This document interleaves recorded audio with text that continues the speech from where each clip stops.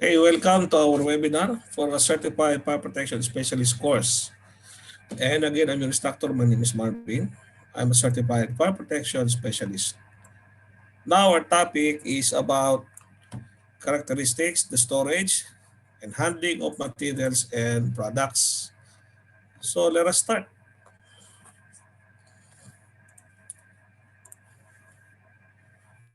Okay, so we have a video transcript, and please listen, okay, because the discussion is about this incident. It was the third worst fire in U.S. history. The 1977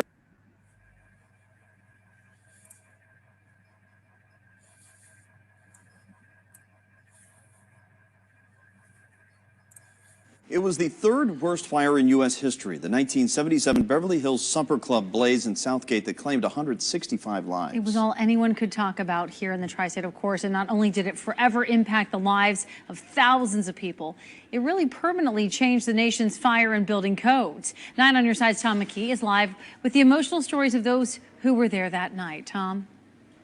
Well, Tanya, thousands of you drive I-275 through Southgate every single day without realizing the tragedy that occurred on that hilltop behind me. In 1977, you can see the crosses that mark the spot. Some believe it was arson. Investigators determined the official cause was aluminum wiring in the zebra room. But as you said, it was a defining and life-changing moment for thousands, and the memories are very fresh even 40 years later. For years, the Beverly Hills Supper Club was the place to go for special occasions. But that changed on May 28, 1977. It went from the showplace of the nation to be known for smoke, fire, and death. The place was overcrowded that night with twice the number of people that could be safely handled.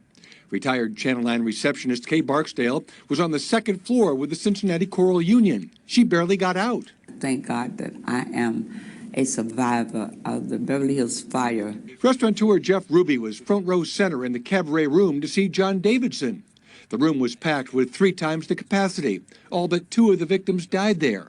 Ruby narrowly escaped. It's one of a few near-death experiences I've been in, but I'm very lucky. Busboy Walter Bailey saved hundreds of lives by calmly taking the microphone from comedians on stage to tell people there was a fire and they needed to leave. It was amazing. That kid was 17 or 18, and he's the reason we're alive. Ruby and his date forced their way toward an exit in thick black smoke and were among the last to get out alive. And that door closed, and there were bodies just trapped at that door after we got down. People just got buried. They were just piled up there trying to get out. Upstairs, Barksdale worried as smoke rolled into the crystal room. Somebody from out in the hallway yelled, "Fire! Fire! Get out now, this place is on fire." She headed for the main stairway as a lady in front of her fell. People were just stepping on that lady, and she was screaming and hollering, "Somebody help me," and I heard somebody say, "Help yourself, we're trying to get out too." But somehow Barksdale was guided to a back stairway and left through the kitchen. We could see that place was ablaze, and I have never seen a fire like that. Neither had Dick Riesenberg, Southgate's fire chief at the time. The gray smoke was just rolling out of the eaves, north to south, east to west, the whole building. Toxic smoke had claimed most of the victims, and it soon became clear the cabaret room roof would collapse. It did, seconds after firefighters scrambled to safety. And we would have lost 23 firefighters because they would have never been able to survive that.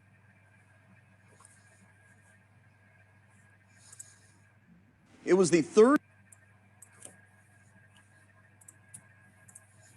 In addition to overcrowding, as what our video is telling, the lack of sprinkler and the fire alarm, and an inadequate number of exits, the material used gave off cyanide and other toxic gas as they burn. So a clear understanding of how material burn individually as well as collectively is foundation of the fire protection professional's ability to analyze structural design and for maximum safety.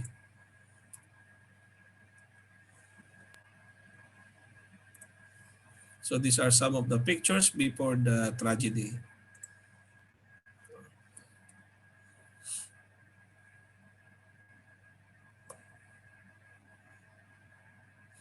If you see, it's overcrowded, and the capacity is twice, no, of what is the capacity of the facility.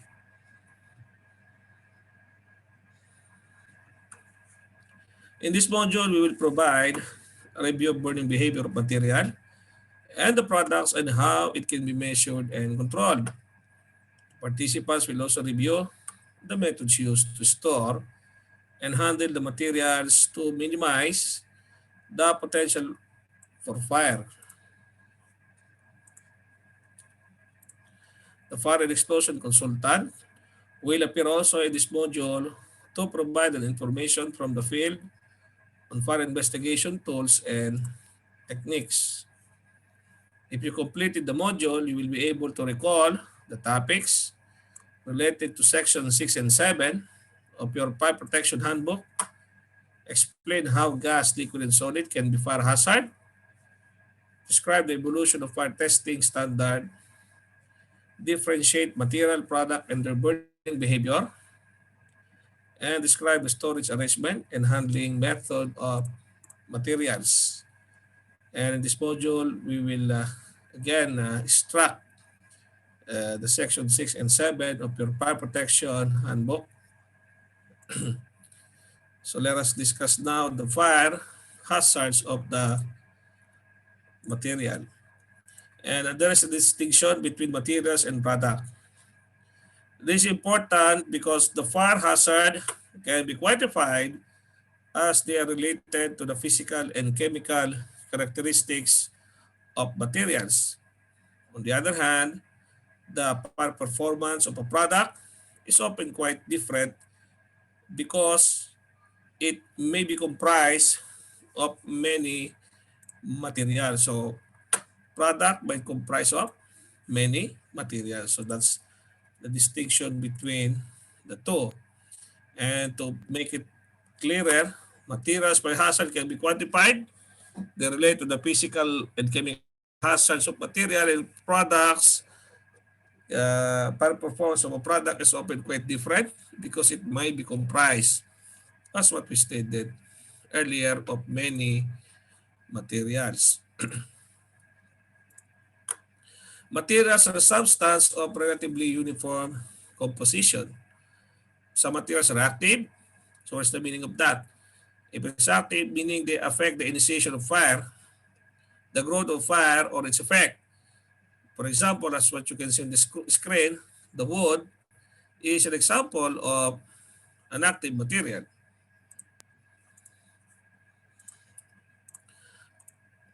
On the other hand, other materials are passive because it's refer to how they respond to heat. For example, the structural steel element of the high-rise building are unlikely to ignite even in a severe fire. However, how well they retain the strength at high temperature can greatly impact the fire safety.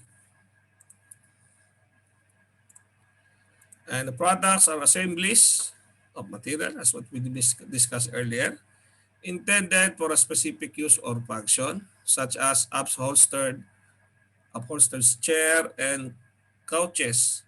The wood, cushioning, and fabric with these items, as what you can see on your screen on the sofa, are made from considered what we call materials.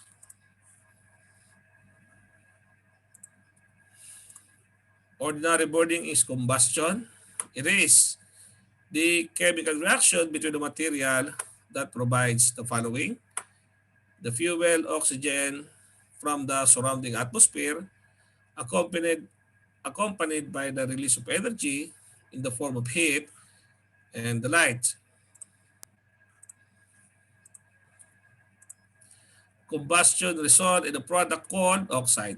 So again, the oxide is a result of combustion that contains oxygen as part of their chemical makeup.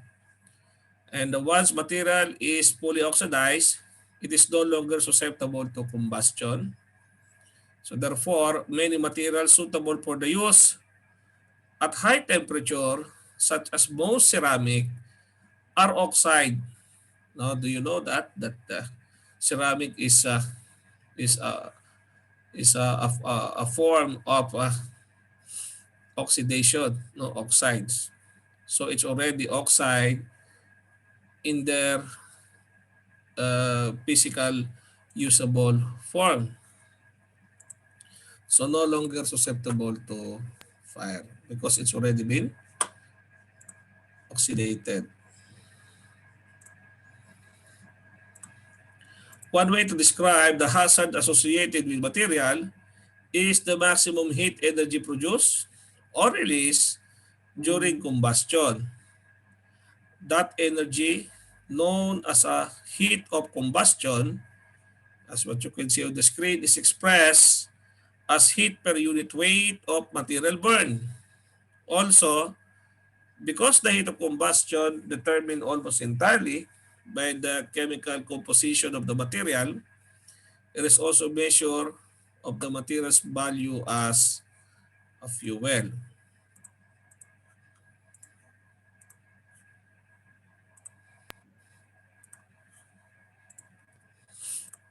The material that makes up the fuel in the fire, it might be gaseous, liquid, or solid.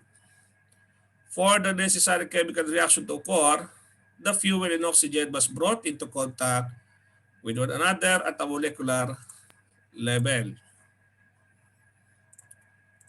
And this means that the burning is generally vapor phase phenomenon. Another term, the rate of burning, is a function of how fast this chemical reaction of oxidation occur, and commonly described in terms of how fast the energy is released. The liquid and solid are more concentrated fuel than gas and typically burned in a diffusion flame. So what is diffusion flame? So diffusion flame occur when the oxygen mixes with the fuel at the point of reaction or the flame surface. With this type of burning, the fuel vapor and the air mix by diffusion as burning occur. So the burning rate is generally controlled by the rate at which the scarcer component, the fuel vapor or oxygen, enter the combustion zone. And gas typically burn like in your burning burner, no kitchen appliance. Normally there is a blue flame. We call it premix flame. In a premix flame, the mixture of fuel and oxygen come together before the combustion is initiated. So the reaction occurs through the visible flame, and the burning rate of this type of fire inherent to the rate at which the substance combined, which is generally quite fast.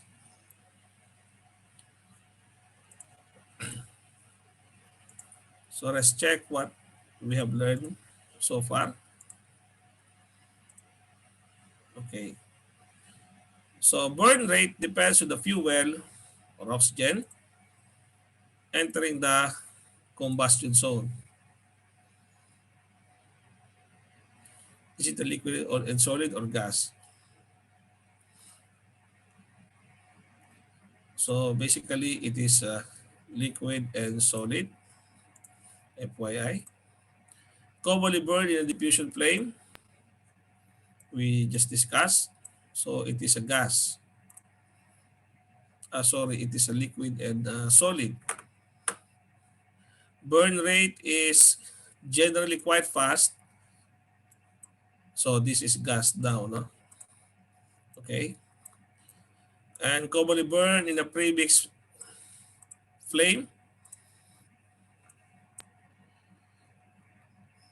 Diffusion flame is liquid and solid, but gas commonly burned in a premix flame.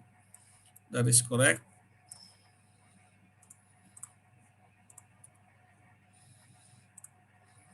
Flames propagate at over a meter per second. So I think it's so meaning imagine meter per second, normally in especially liquid, solid, might not possible, no? So only the possible answer there is the gas. Okay, imagine propagate or spread at over a meter per second. Now let us discuss the measuring and controlling of the hazard. And again, we have a video transcript.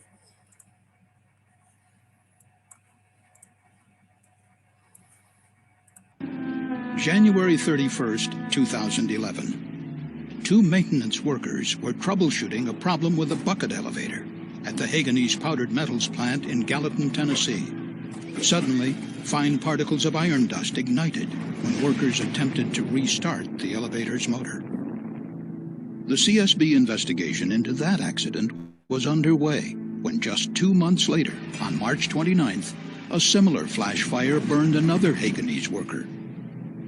At a news conference in Tennessee on May 11th, the CSB released laboratory test results demonstrating the combustibility of even small amounts of the iron dust when dispersed in air in the presence of an ignition source.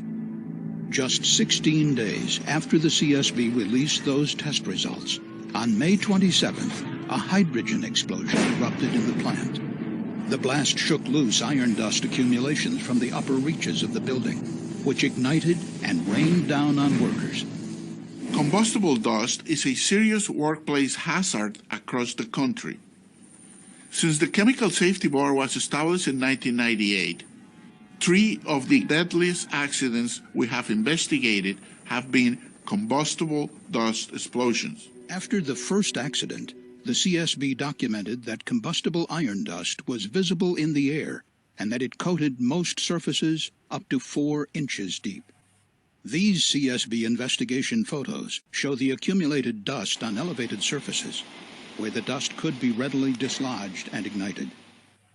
The CSB report noted that engineering controls, such as enclosing conveyors and installing properly designed dust collection equipment, are the best ways to prevent dust accumulations.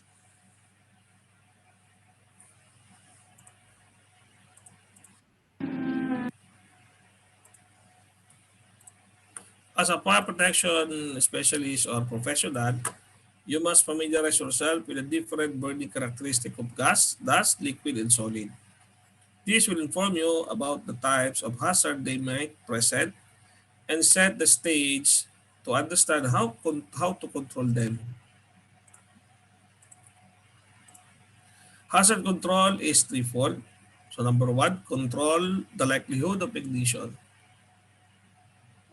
The number 2, controlling or containing the fire spread. And number 3, manage the fire impact if ignition and spread cannot be prevented. The category of hazard, gas and dust, liquid and solid. The gas and dust, combustible one, burns rapidly once ignited. So the key hazard control is to avoid ignition. And it's spread very fast as what we discussed earlier, especially the gas. There are 2 steps for ignition control of gas, and one of them determine the flammability limit of the concentration range of a particular gas or dust in the air where ignition can occur, and maintain the concentration outside those limit. Okay, so if meaning diluted, if there's no such combustible accumulation or about, there might be no combustion or explosion or ignition rather. The spread of growth of fire resulted from gas, vapor, or dust is affected by flammability limits and the density of gas or the concentration of particle size of the dust. Controlling the spread and growth can be accomplished within the explosion venting to relieve the pressure due to the expansion of gas during the fire event or with a specialized explosion suppression system. The principal means to minimize the fire impact with gas and the dust is advanced planning, preparedness, and response of the trained emergency personnel. Other consideration are maintaining clearance to the equipment and good housekeeping. So these are the risk response guys, no? For the gas and dust, normally, as per the recommendation, based on the research of NFPA. Now the liquid with flammable liquid, the ignition and burning actually occur in the vapor phase. We discussed that, not in the liquid phase. So therefore, the most hazardous combustible liquid are those that most readily produce vapor at a normal atmospheric pressure. One way to control the ignition, minimize the availability of flammable vapor given off by the liquid. The plus point is temperature at which the liquid gives off vapor that can be ignited under specified laboratory condition. The liquid with lower plus point, remember this guys, the liquid with a lower plus point considered to be a greater hazard. Why? Because they can ignite at lower temperature.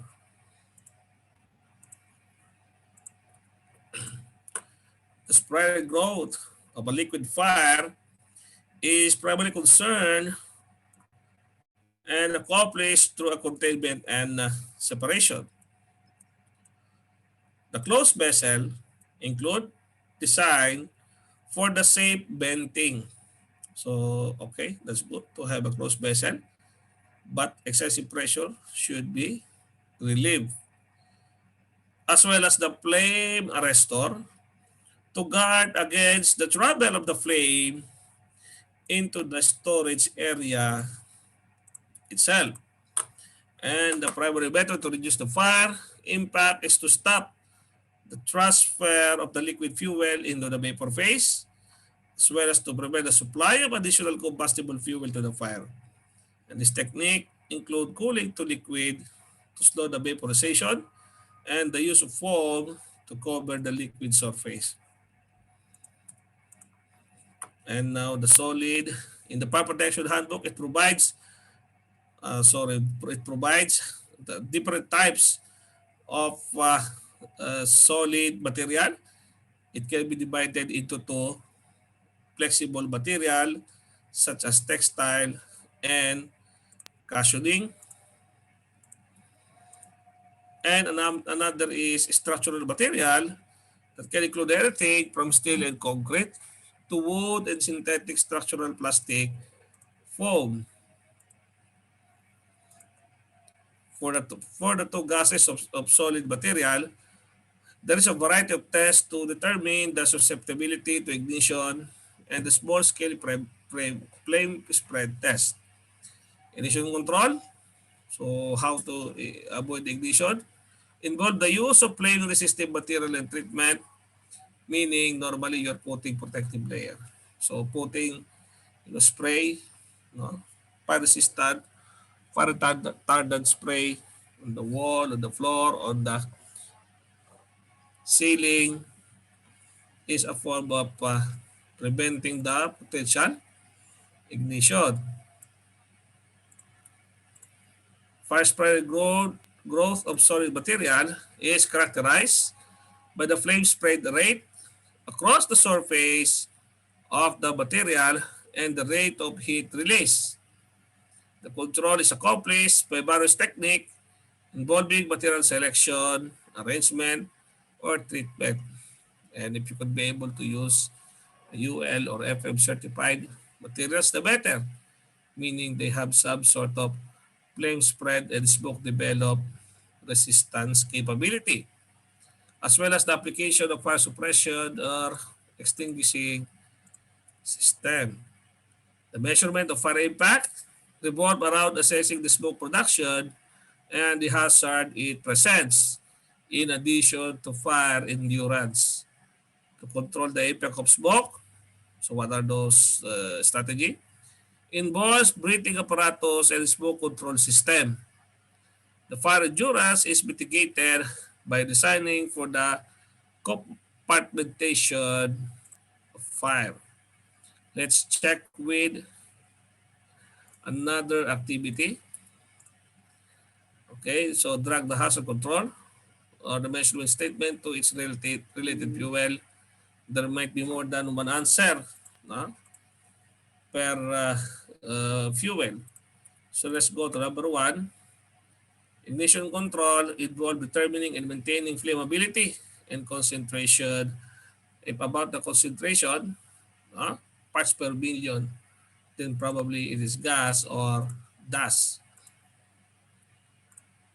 Primary method to reduce the fire impact, including, okay, the primary method to reduce the fire impact is by prevention or transfer to the vapor phase. The liquid itself is not flammable, only the vapor. Uh, so at the vapor phase, this gives off gases off. It is liquid.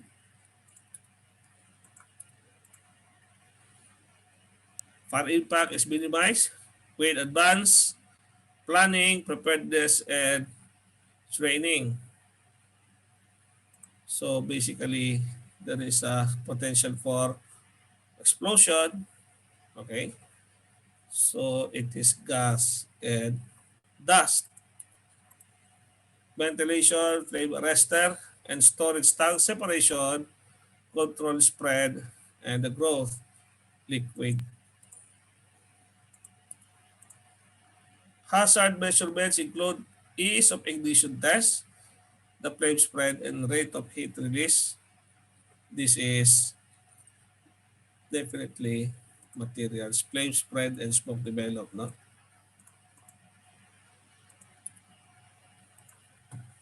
Spread growth are controlled through explosion venting to relieve pressure due to the expansion. That is gases and dust.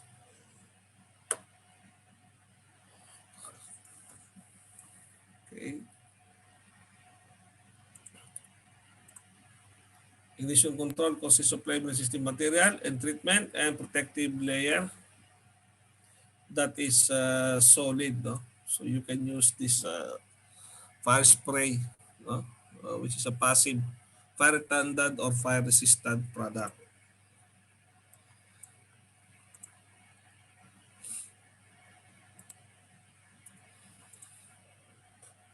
Detection, suppression, and fire resistant material selection, control the spread and growth. That is the solid one. So we are all done in this exercise. So just remember for your quiz.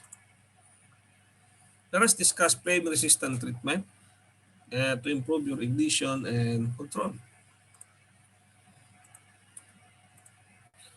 Smoke or produce the three major effects: light obscuration or obstruction, toxicity, and post-fire impact. Light, what is light obscuration? Is the way in which smoke reduce visibility and obscure the light. The presence of smoke influence human behavior in evacuation. Impaired visibility does not slow the rate of egress but may even prevent escape from threatened area, causing the occupants to turn around if the smoke is too thick to see through. Toxicity is particles, byproducts, and toxic gas that can be fatal. The smoke is made up of particles and byproducts of combustion. And the toxic gas elements are carried up in the air and can be inhaled by individuals who are evacuating or sheltering in place. And probably many people die from smoke inhalation than the fire itself. And the post-fire impact is the third effect of smoke, include toxic effects encountered by the firefighter during overhaul, and as well as the smoke damage to the property. Smoke decomposition can affect the behavior of sensitive equipment and facility. Let us discuss combustion product and their effects on life safety.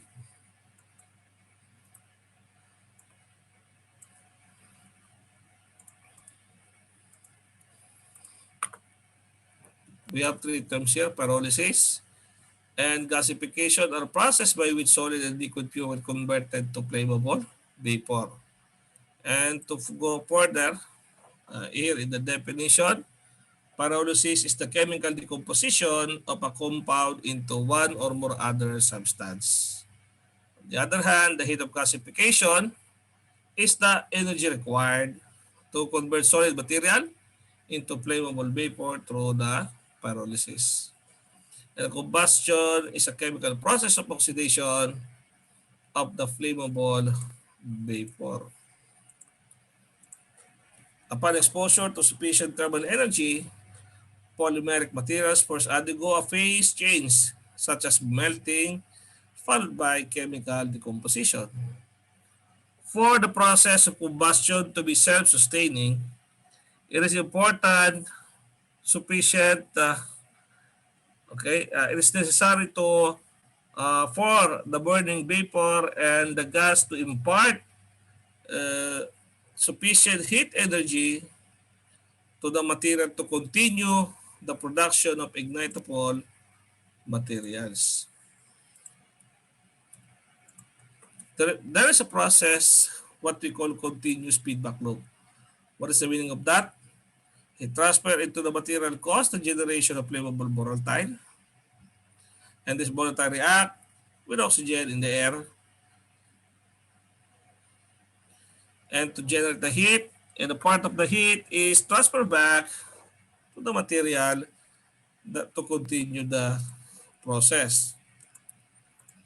Smoke is primary threat to life safety. We discussed it many times, not just this meeting or earlier this meeting. The smoke can be defined as the airborne solid and liquid gas, and the gas and that result from heating or burning a material. These elements can be asphyxiants, irritants, and toxicants. In a well-ventilated flaming fire, nearly all the carbon lost from combustible is converted into carbon dioxide or CO2. Even in a post-flashover or after the flashover fire, the fraction of carbon conversion uh, to 2002 is very high. Sorry, CO2. The carbon dioxide is also generated in a smoldering fire or sabaga, but the generated carbon monoxide is far more hazardous. It's always like that. No? It is the smoke and the toxic gas are considered far more hazardous than the burning material itself. High level of CO2 cause people to increase the rate of breathing and to breathe more deeply. So thereby increasing the inhalation of other toxic gas and vapor. So again, carbon loss from combustible converted to CO2 in a ventilated flaming area.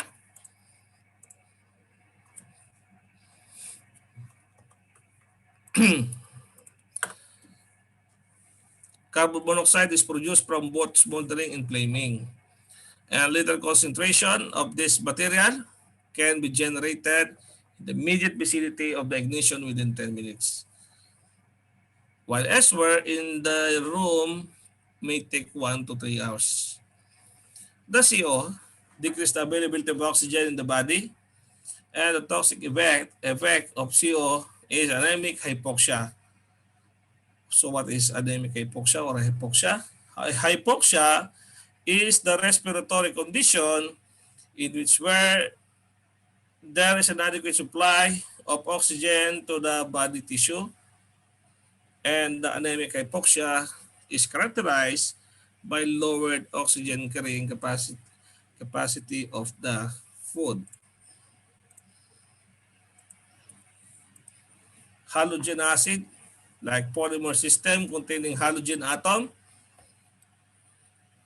like fluorine, chlorine, bromine,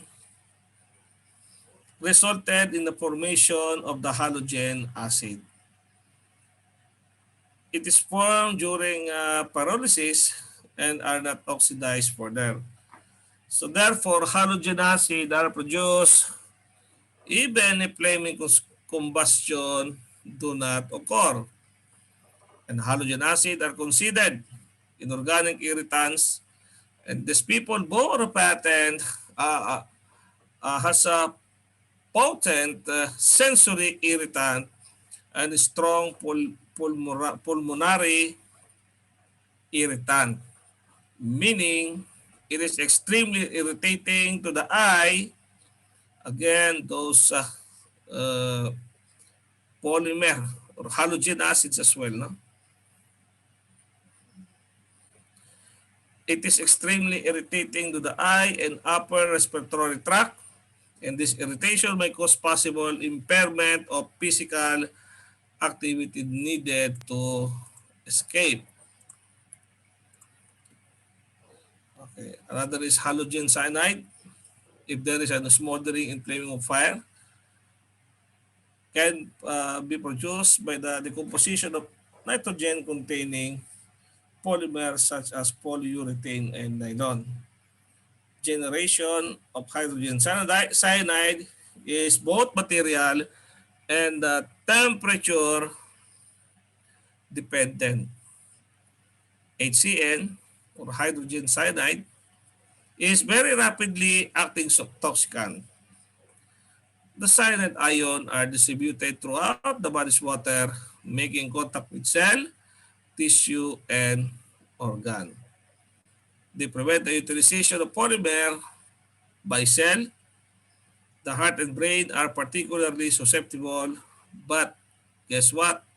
Manifest such as bradycardia, cardiac arrhythmia, and decreased central nervous system and brainwave activity as well.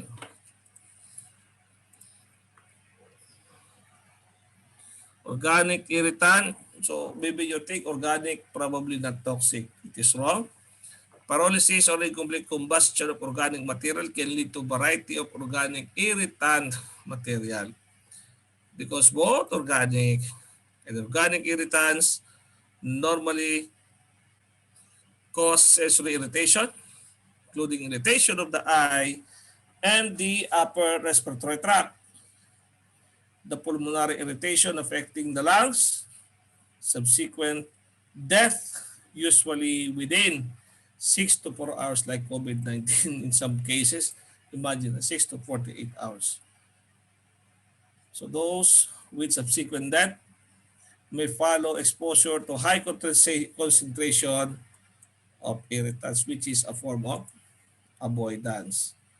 If you know that you are not safe, okay, so very important for you to know what kind of toxic gas are there, no, in your exam. It's not all the same.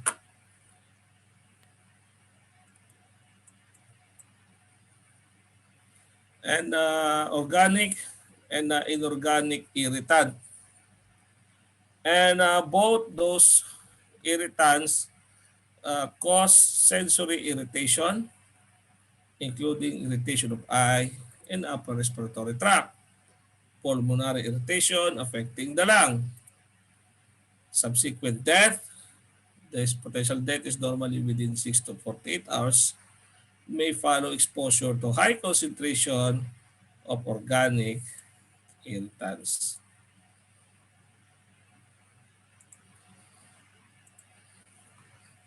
And discuss the other fire gas. The presence of other atoms in the burning material lead to the generation of other gas, such as inorganic oxide and acid. Depends on the composition of the combustion product, additional toxic components of smoke can be produced in a fire, and the other gas and aerosol will behave as organic and organic irritant as well. Toxic gas of this gas and vapor are likely to have an additive effect on the complications we discussed earlier. No? Let's check. Let's see what you remember so far. No? Okay. So the question is organic material. Organic material. This one, if there is a high level of concentration, it causes irritation, which may lead to subsequent death.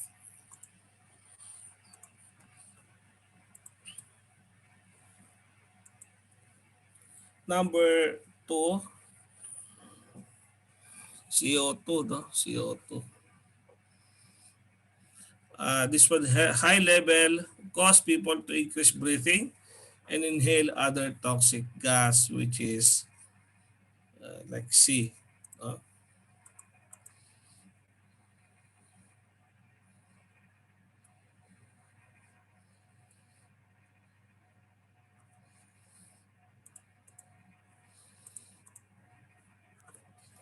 Okay, CO, decrease the availability of oxygen in the body, causing anemic hypoxia. Halogen,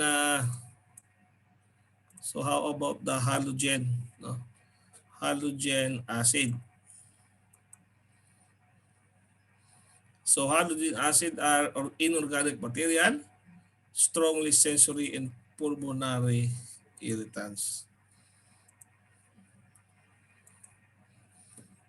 Other gas. So these organic and inorganic irritants complicate the toxic effects of other fire gas. And lastly, but not the least, the HCN. No? And this distribute throughout cell, tissue, and organ, prevents utilization of oxygen. Okay, so that's all. Testing for smoke toxicity is focused on the property of the material. The proper control of material will improve the life safety in the fire.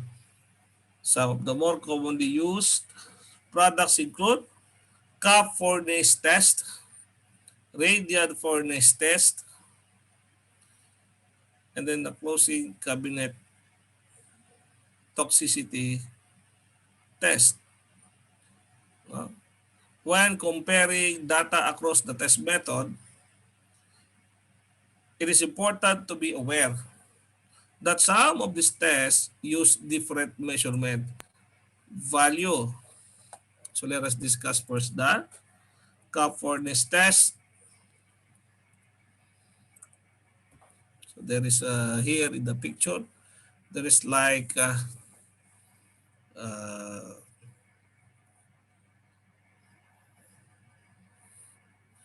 there is like enclosure, okay, and fuel vaporize and expand to fill the cubic 0.2 cubic meter closed box.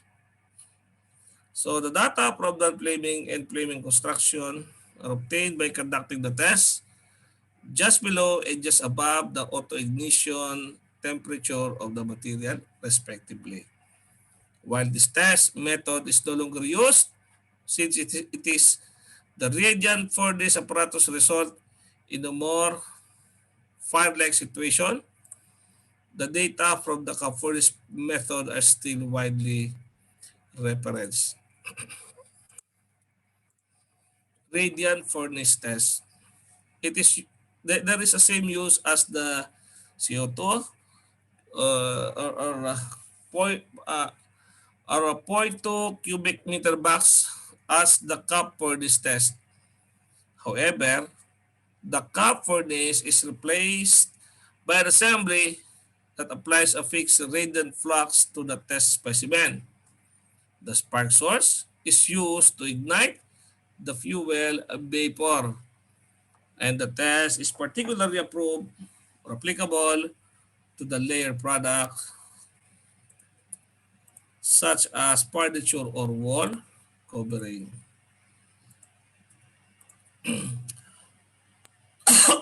Another test is University of Pittsburgh. So by the name itself, I think it is a test based on the research of the students studying in the University of Pittsburgh. So normally there are 4 mice or rodent per test to fire a vapor produced in a flow through a system with rapid heating of a specimen in a box or muffled surface. Exposure are 30 minutes, starting with 1% of the sample weight with loss. The animal are observed for 10 minutes following the exposure to the combustion gas. Animal measurement include concentration, response for lethality, and time to death. Another test is the closed cabinet toxicity test. Is apparatus designed to measure smoke optical density. And a planar test specimen is exposed to a radiant flux for 10 minutes.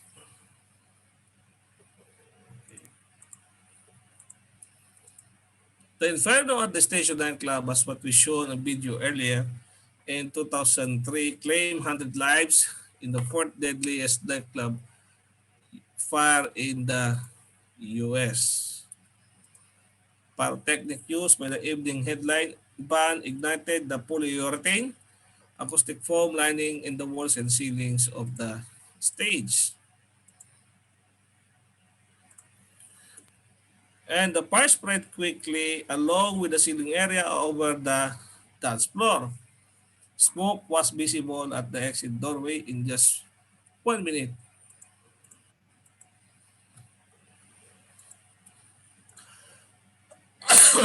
Flame broke through the roof in less than 5 minutes. Imagine, no?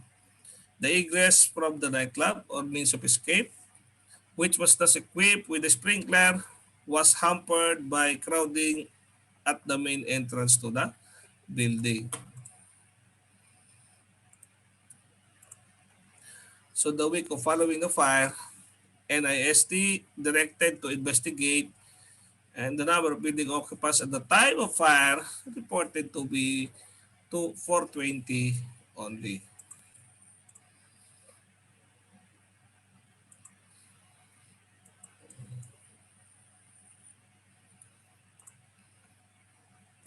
Windows in the main bar room and sunroom became secondary route of escape once the main entrance became impossible and accounted for over 1/3 of successful evacuation. And this marker, this cross sign, no, as what you can see, indicate the number of fatality throughout the nightclub.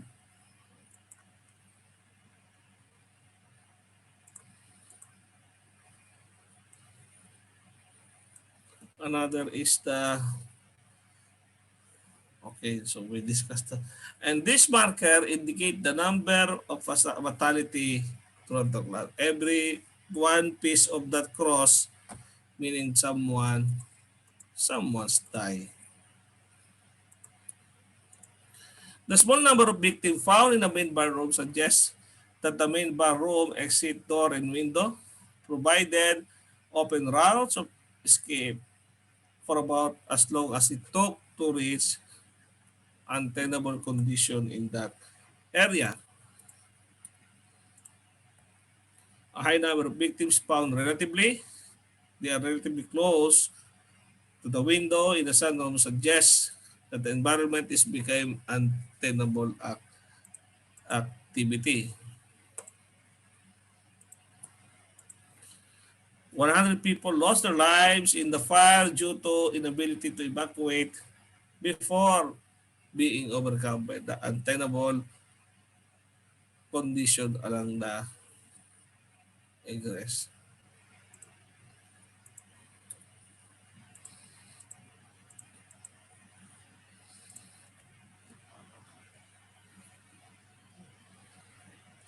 Again, this one I think we discussed it already earlier, but for the sake of topic. The fire safety require asset and available safe egress time to be greater than RSET or required safe egress time. Asset is the time available to escape. Asset is the time needed to escape. The question is, at what point do people succumb to fire gases, heat, or smoke? And as what we learned, the byproducts of combustion and toxic fire gas can produce sensory, respiratory, and pulmonary hazard.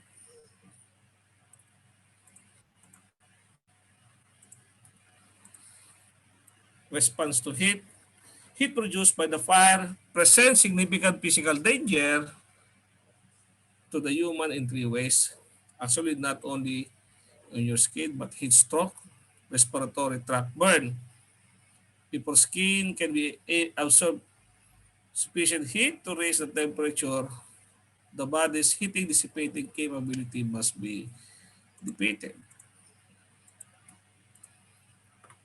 Although some frequently response to smoke provides an early warning of fire.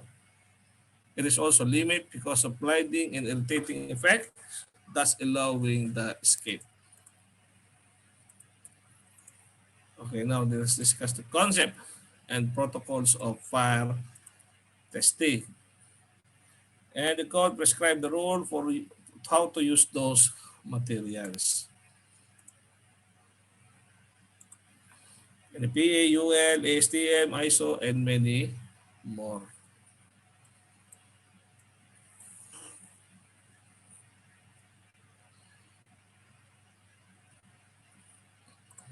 The National Fire Protection Association, or NFPA, the UL, which you are familiar, Underwriter Laboratories, and the American Society for Testing and Materials, ASTM, and International Organization for Standardization, RISO, developed the fire tests that address almost every fire property.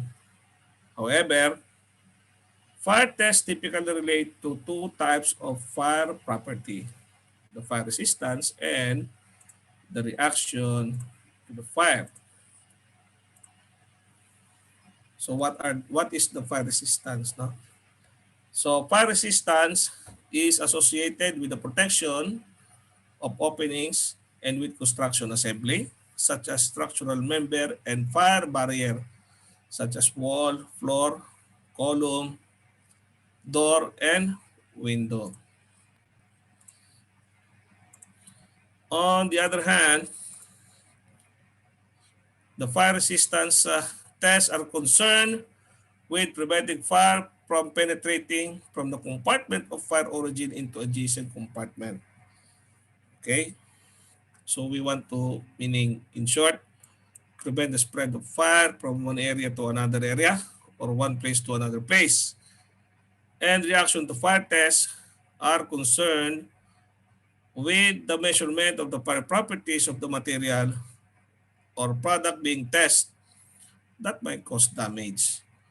The material in this type of test developed to minimize or eliminate the release of heat, smoke, and combustion product, or minimize or prevent the spread of flame. Again, the reaction to fire is a concern with the measurement of the fire property of the material or product being tested that might cause damage. And reaction to fire tests are usually associated with interior finish furnishing, the contents, and the consumer products. Okay, let us discuss the material and their burning behaviors. And we have a video script, and hopefully you can watch.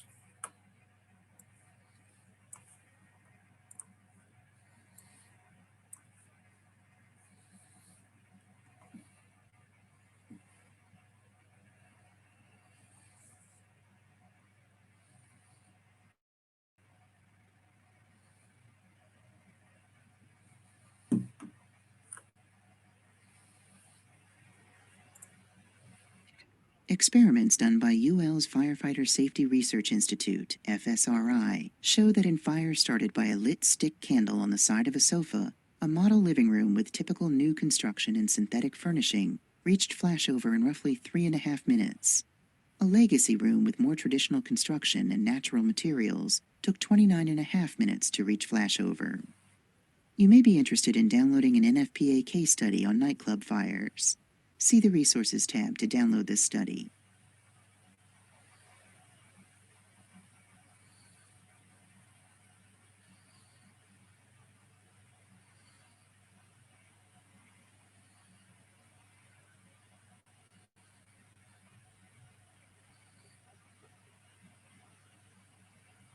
Sorry guys, wait Okay. So if you see guys, in short, the time to flash over for a natural room is about 30 minutes, no, imagine, no? So that's why the code typically change over time. Because nowadays, instead we use natural, we use synthetic. And synthetic material, which is inorganic compared to organic materials, natural, are the time to flash over or the room makes untenable, everything will burn. Imagine it's about 3 to 4 minutes only. So what does it mean?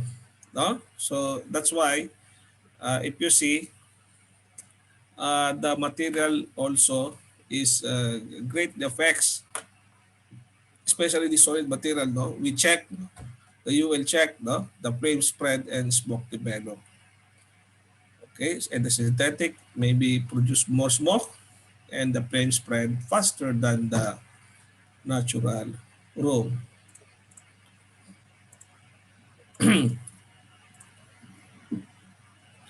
And there are many different products and material in our world. All of the material have specific behavior, the traits, and different fire characteristics. Chapter 4 through the 16 of Section 6 in the Fire Protection Handbook discuss a number of materials in depth. So if you want to read that portion, you can do so. And each material has different ignition temperature, responds differently to heat source, and produce different byproduct of combustion. Some materials have different burning characteristics in terms of intensity. For example, some materials such as dust and gas run the risk of explosion. And other materials such as wood probably not susceptible to that kind of event. And we have terms here, no, the fire point and the plus point. With some material like flammable liquid, we need to be aware of the fire point and plus point. So what is the fire point? The fire point is the temperature at which a fuel will continue to burn after ignition for at least 5 seconds. On the other hand, the plus point, a lower temperature, a substance will ignite, but vapor may not be produced at a rate to sustain the fire. So why mess with this perfection? We have some video, I think, on here for you to better understand. No? It's if we will just read, it's hard to analyze or realize. But if we will show you a video, we can compare the difference between the fire point and the flash point.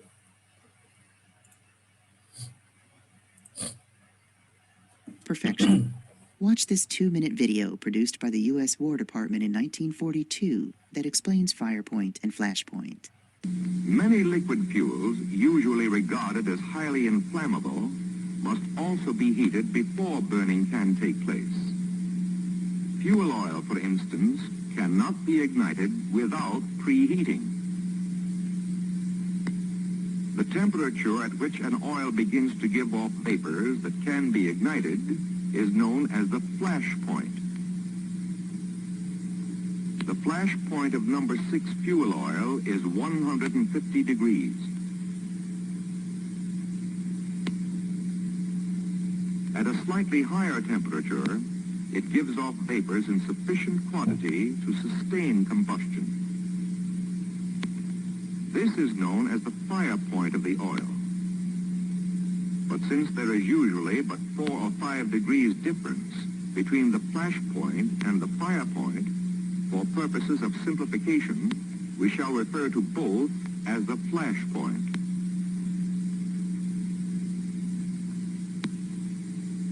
Other oils have even higher flash points, varying according to their physical properties.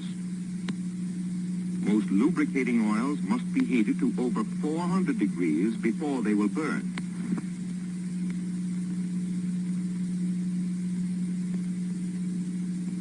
On the other hand, more highly volatile liquid fuels, such as gasoline, alcohol, naphtha, or ether, have flash points so low they can be ignited readily at room temperature. The fire hazards that these liquids present are due to the fact that even at low temperatures, they are constantly giving off highly inflammable vapors. Understanding the burning behaviors of each material may influence the fire prevention, life protection,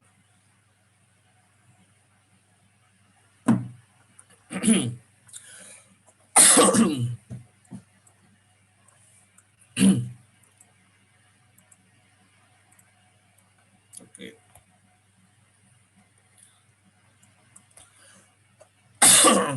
So the lower flash point, it can be easily ignited at the room temperature. perfection. Watch this 2-minute video. Okay. So before the break, let's check with an activity. So fire investigators and insurance adjuster use a variety of tools to inspect and evaluate the fire scene in accordance with NEPA 921. And let us watch a video.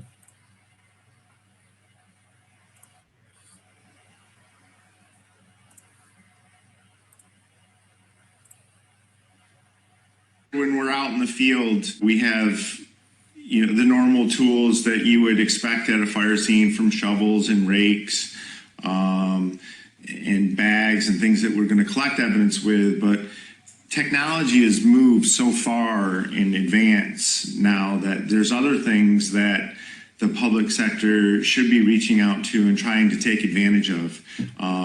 Anything from 3D imaging of an actual fire scene that you can take a virtual walkthrough, or someone could take a virtual walkthrough, at trial or, several years down the road and see that fire scene in real time. We also use drones to document a scene prior to an investigation.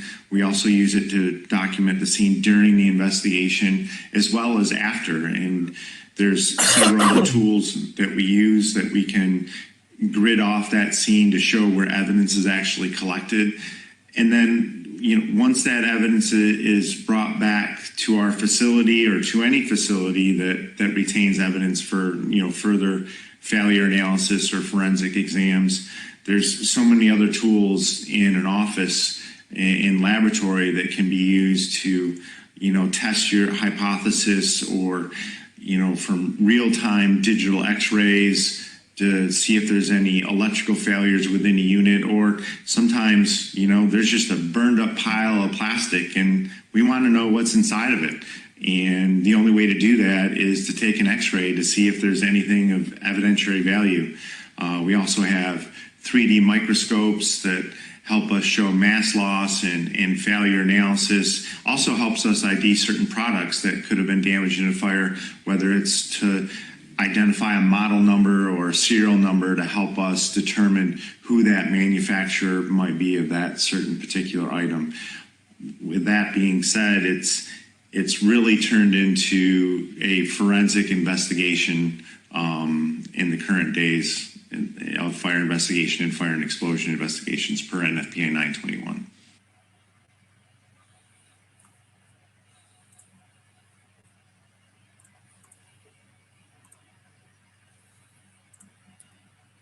So some of the tools we use, not us, the fire investigator, to help them determine the root cause of fire. Maybe they can use this drone with camera, this kind of device for a portable battery-operated X-ray unit. Also, the real-time digital X-ray to see if there's any electrical failure within a unit. And 3D microscope that help us show mass loss and failure analysis. So if you see, guys, these are the apparatus, no, that help us, the investigator, no, determine the root cause of the fire. And the 3D microscope for forensic investigation. And let us have a break, and I will just share you some link about this real time. I have this link, and you can check out during the break to see this location, no? Apartment fire and highway department garage fire. No? So we will be having a break for, we will make it 20 minutes so that you can see these two. So you can include the 5 minutes review of these two location, no? Apartment fire and highway department garage fire. And after that, we will be having some exercises.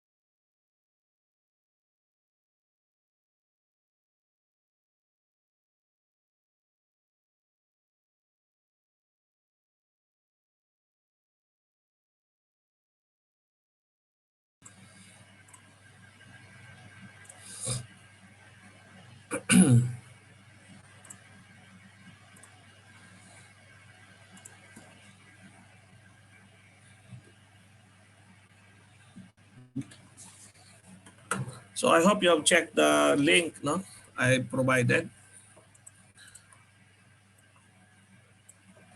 And if you can participate, we will. I will appreciate.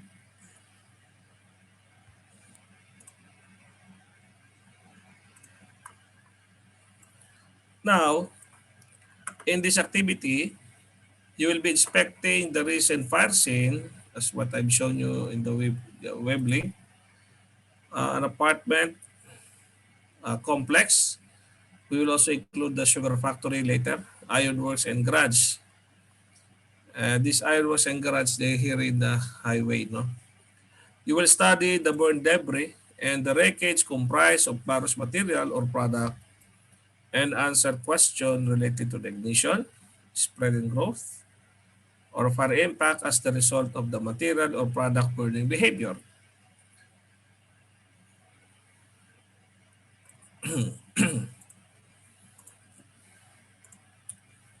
So these are some the photo, no, of the fire scene. Now this is the sugar factory photo, the highway, no,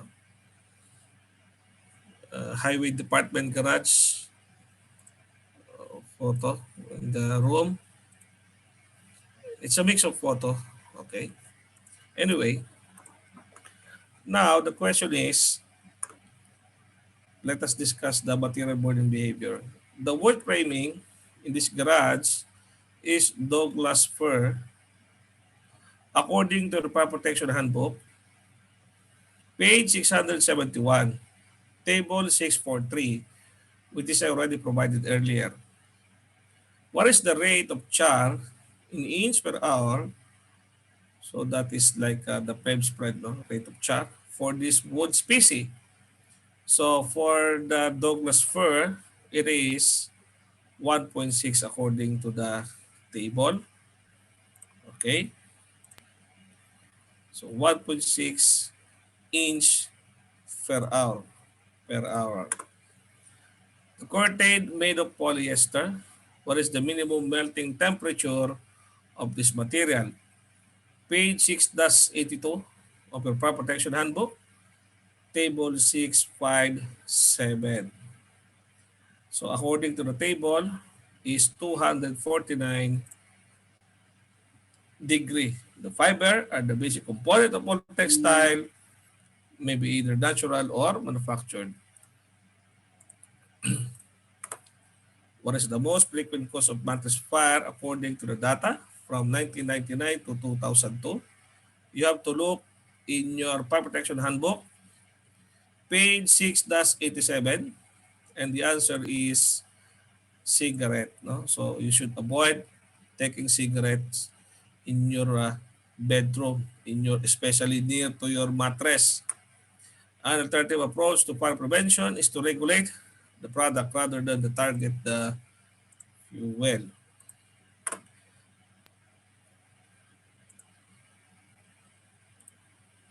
Okay.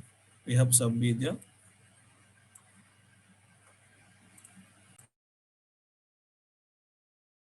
Watch the video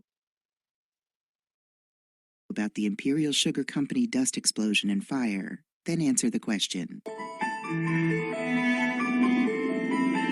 At 7:15 p.m. on February 7, 2008, a series of violent sugar dust explosions devastated the Imperial Sugar Refinery in Port Wentworth, Georgia, just outside Savannah. Explosions raced through the buildings, fueled by accumulations of combustible sugar dust and sugar that had spilled from equipment. Thick concrete floors heaved up, and brick walls were blown into stairwells and work areas, blocking many exit routes. Fires spread rapidly. 8 workers died at the scene. 6 more died later at a regional burn center. Dozens of others were injured. The plant's massive sugar-packing buildings were a total loss. Imperial Sugar's sprawling Port Wentworth complex began operations in 1917 and grew to become one of the largest sugar refining and packaging facilities in the U.S. Granulated sugar from the refinery was stored in 3 100-foot-tall silos and then conveyed into packing buildings where it was packaged for distribution. Sugar was transported by a complex system of bucket elevators, screw conveyors, and conveyor belts. During this process, sugar spilled onto floors throughout the work area. In places, the spilled sugar was many inches deep. This sugar also contained fine particles, which became airborne. In the tunnel beneath the sugar silos, granulated sugar flowed through chutes onto a long steel conveyor belt. From time to time, clumps of sugar would become stuck in one of the chutes, blocking the flow of sugar on the belt, spilling sugar onto the floor and releasing dust into the tunnel. But the tunnel was large and ventilated, so this airborne dust did not build up to explosive concentrations.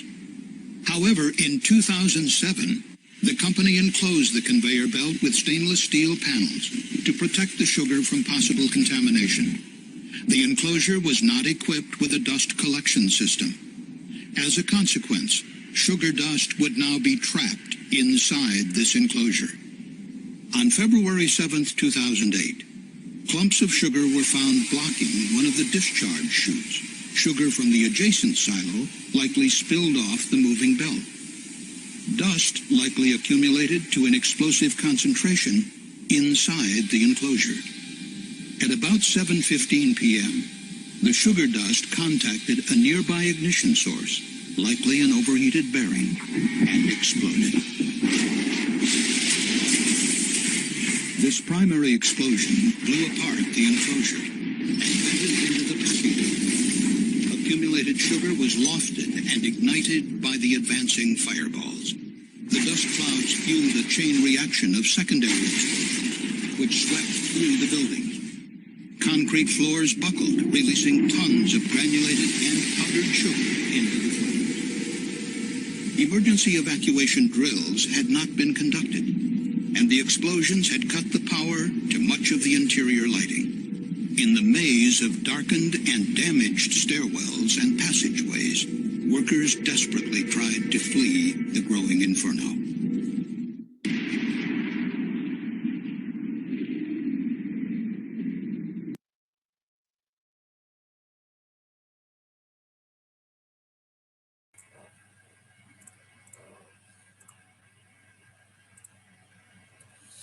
Okay, let us have a question.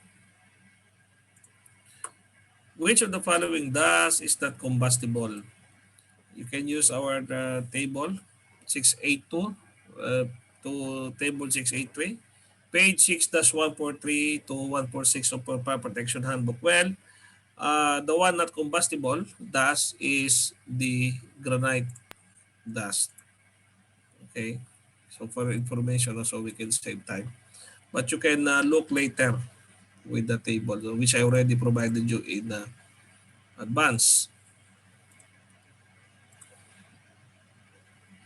And the dust cloud explosion or hazard common to a number of industry, agricultural, chemical, metallurgical, mining, plastics, and woodworking as well. And the chance of dust cloud igniting is governed by the size of particle, dust concentration, impurities present, the oxygen concentration, and the strength of the source of ignition. The measure that can reduce the risk of damage of explosion, use inert material that normally do not react. An element do not easily react with another substance or elements. Gas dilution to avoid explosion by proper venting or ventilation. Elimination of source of ignition. Prevention. Explosion suppression system. Very large explosion band and a careful static electricity elimination design. So sometimes in some room, some area, we have this anti-static mat, floor, wall. Okay, avoid this static electricity that might cause the fire.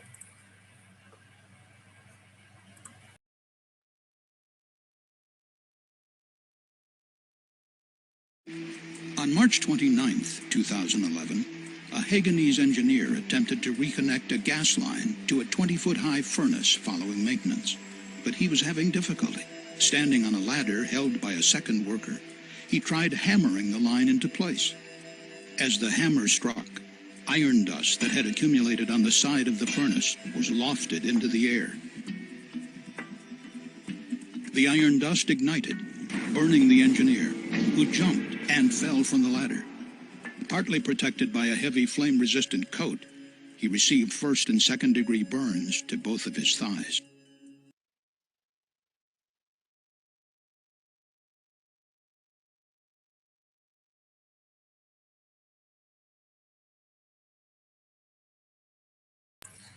The video depicts an explosion involved iron dust, and other types of metals are also combustible.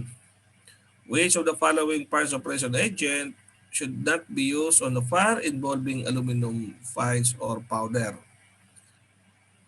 Okay, so if you will go to page 6 dash 161 of the Fire Protection Handbook, all of the above. Combustible metal are metal that have either combustible or explosive properties because of their inherent properties or because of their physical form. The processing of aluminum can generate dust, highly explosive. Other metals such as iron and steel, not normally considered combustible except in fine wool or dust form.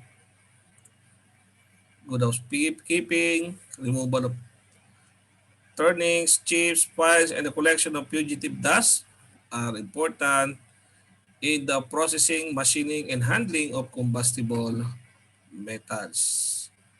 Failure to follow the basic principle of handling combustible metal is likely to result significant fire loss and the potential of personal injury. So another question. Okay.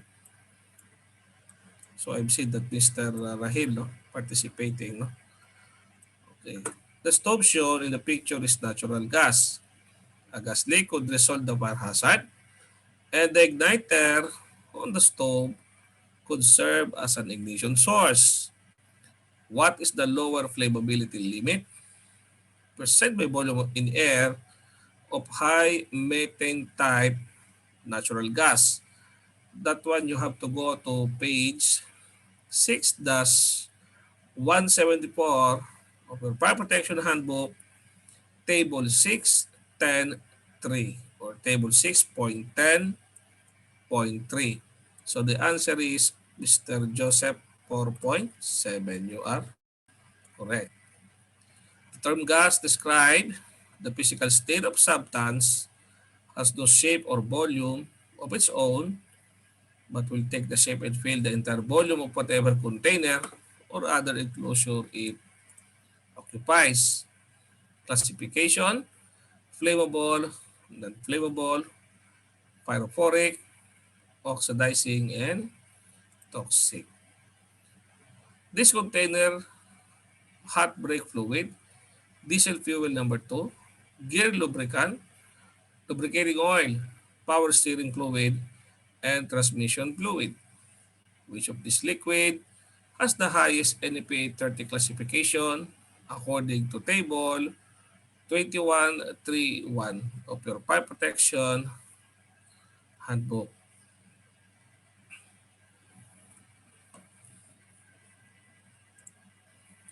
So the answer here is diesel number 2.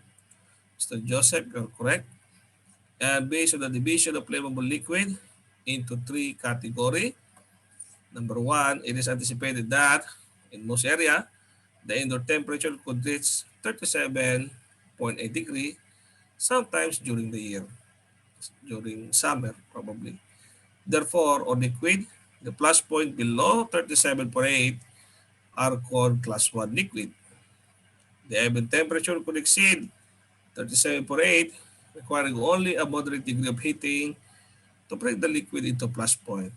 Based on this concept, an arbitrary division of 37.8 to 60 degree, established for the liquids in a plus point range to be known as class 2 liquid. And liquid with plus point higher than 60 degree would require considerable heating from a source. Other than the ambient temperature, they have been identified class 3 liquid. So the most dangerous one is the class 1. Based on the image, the plastics on the desk belong to which family of polymer. So actually in your handbook, there is figure 613.1, page 6-210, and it's pertaining to thermoplastic material. No? And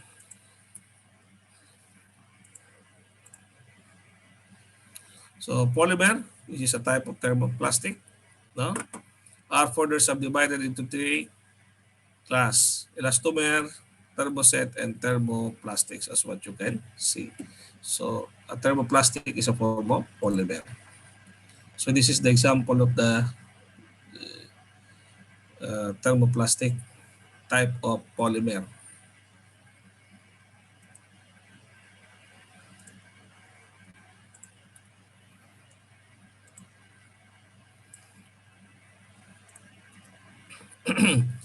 The hairspray container on the shelf classified as an aerosol level 1 according to NFPA 30B. What does this tell us about the product? So if you will go to page 6-259 of your fire protection handbook, it told us that the total chemical heat of combustion is equal or less than 20 kilojoules per gram. If you have 80 pounds of explosive material stored in an unbarricaded magazine, what is the minimum isolation distance to an inhabited building? You can go to page 6-652 of your fire protection handbook, table 6-15-3. So if you will go to the table in your fire protection handbook, it's about 380 feet. Okay.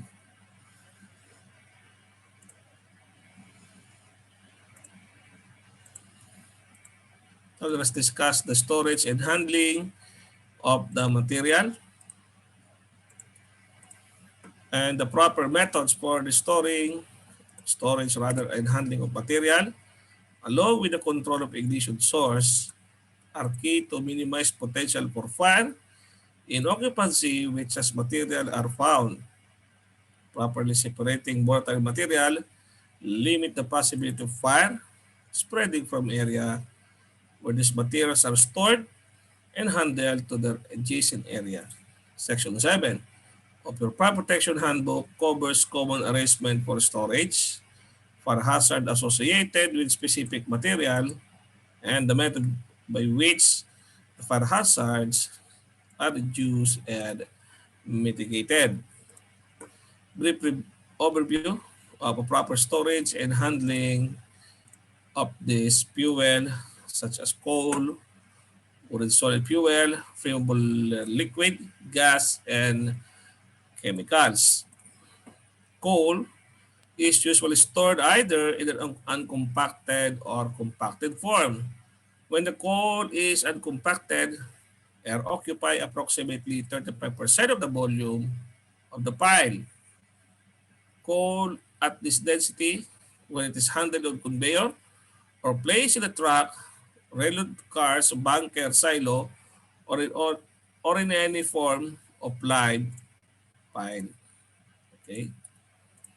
And the hazards of the storage and handling of the coal include fire, flash fire, and dust explosion. When heated, coal can release gas. Some gas come from the entrained volatile hydrocarbon, while other, like carbon monoxide, come from oxidation. One of the major hazards of the storage and handling of coal is spontaneous heating. This can occur in the cold storage pile, bin, hopper, and other container. Spontaneous heating is controlled either by compacting the coal to reduce the air movement or to minimize the cold storage time by moving it to the boiler. Wood fuel. The log should be stored in the rack pile in a parallel form because such piles are lower in height with less volume and less radiant heat exposure than large circular stockpile, also known as matchstick pile. This pile should be 100 feet or 30 meters or more from the nearest important building. The length and width of pile and the pile height would be kept as small as practical to make firefighting easy. The storage area should be clean and on solid ground with a good access for firefighting purpose.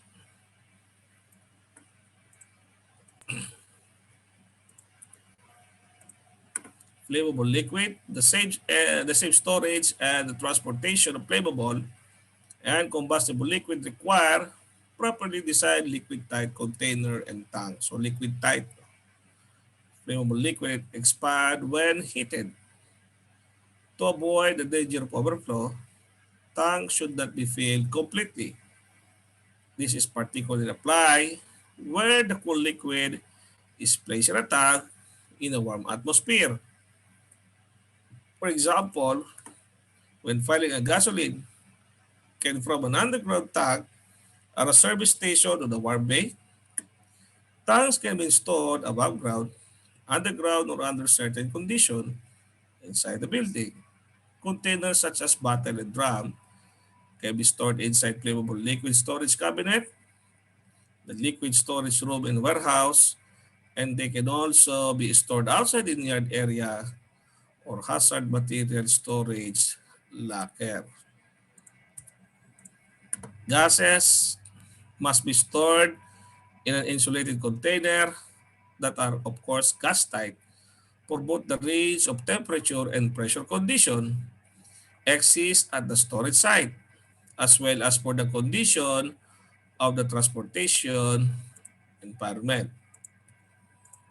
And the safeguards for escaping gas include periodic inspection for leak, so physical check, provision of overpressure protection, a device, no, it's like a metering device, ventilation of storage area to minimize the concentration of uh, to minimize the concentration of combustible gas in the form of dilution, and the control of ignition source.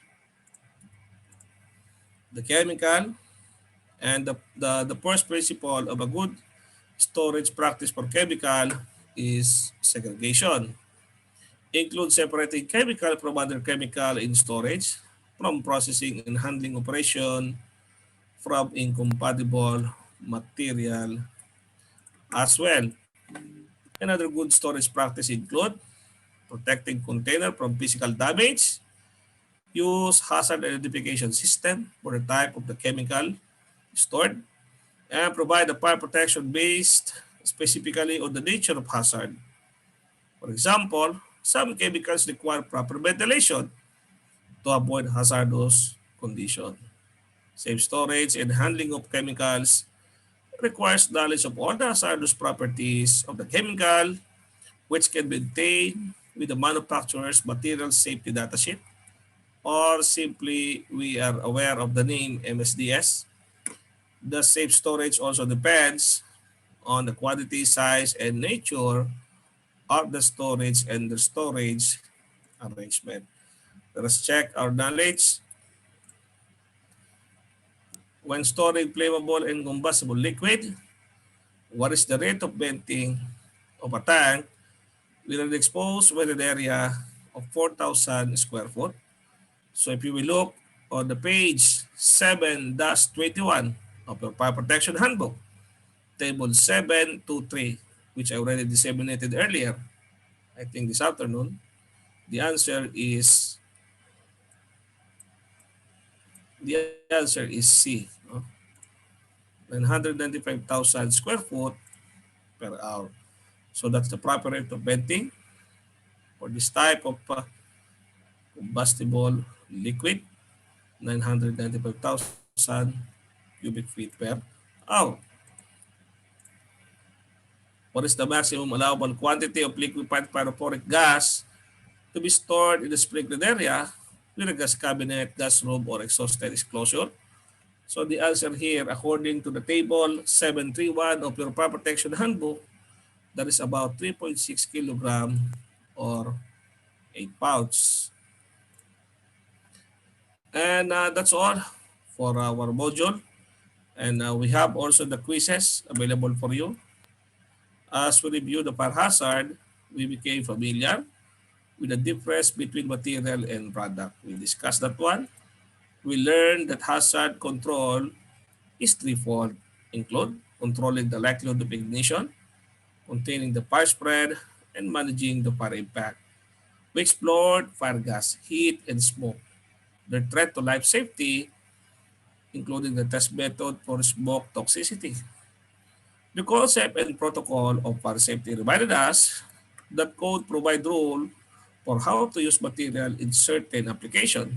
However, we are also reminded that the fire resistance and reaction to fire tests are necessary to improve our response to the burning behavior of various material. Finally, we learned the proper separation of volatile material and other appropriate method to store and handling of materials along with the control of ignition source are the keys to minimize the potential for fire in occupancies where such material are found. Now I'm going to share with you the quiz which we will be having tonight. And again, you need to get minimum 70%. So last time, I think we have two students who got it perfect, but you don't need to perfect. You can just get minimum 70%. That's enough.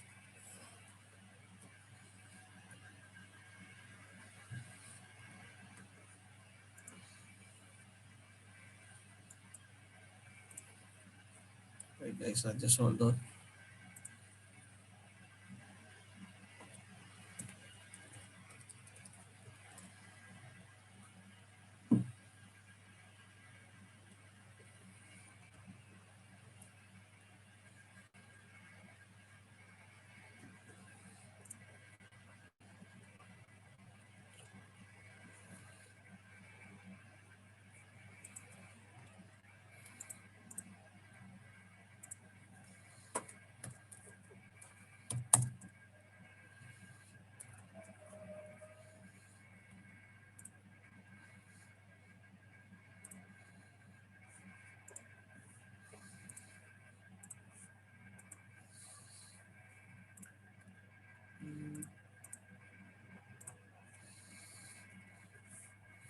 Okay, again, I'm giving you 15 minutes to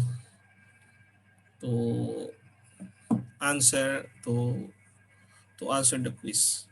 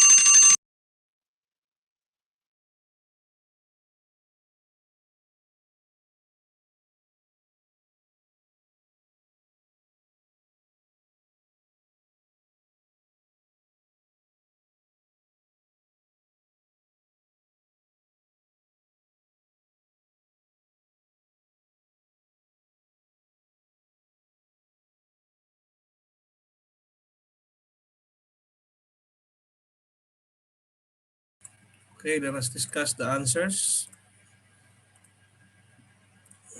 So before we proceed, I just want to congratulate who got those perfect score. Mr. Muhammad, Mr. Brian, and Mr. Joseph Mar. No? Anyway, the flame spread index for plenum materials are indicated in the building. You can find that in the page 6-44, table 633. A, FSI, flame spread is index is equal or less than 25. It is most convenient to think of the hazard control in terms of three things: likelihood of ignition, and which of these? Managing the fire impact and containing the fire impact we discussed in page 36.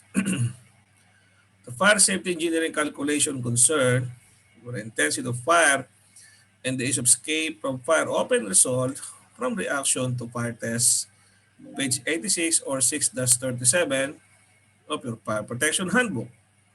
Which of the following refers to the minimum temperature at which the flammable liquid gives off sufficient vapor for ignition? We discussed numerously. Plus point D.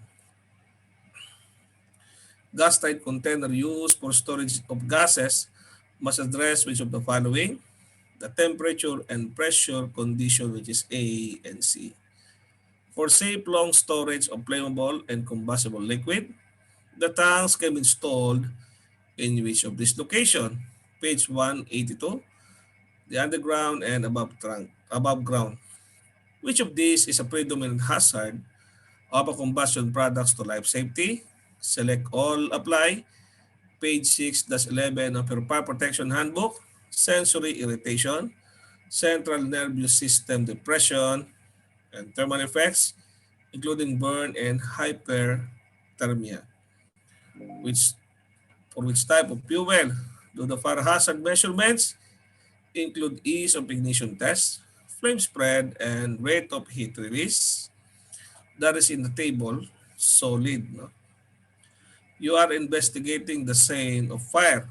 The wood framing of the building is made of Douglas fir. What is the rate of charge, which we also discussed, no, from our lecture 6-71, or table 6.4.3, 1.6 inch per hour. And lastly, placarding with NFPA hazardous material identifiers is not necessary for measurement or control of the fire impact for which fuel type. So it is the solid. So congratulations again. We got the perfect score, and I hope those students are ready for their exam. So that's all for tonight, and thank you. Have a pleasant evening to everyone. Stay safe and healthy.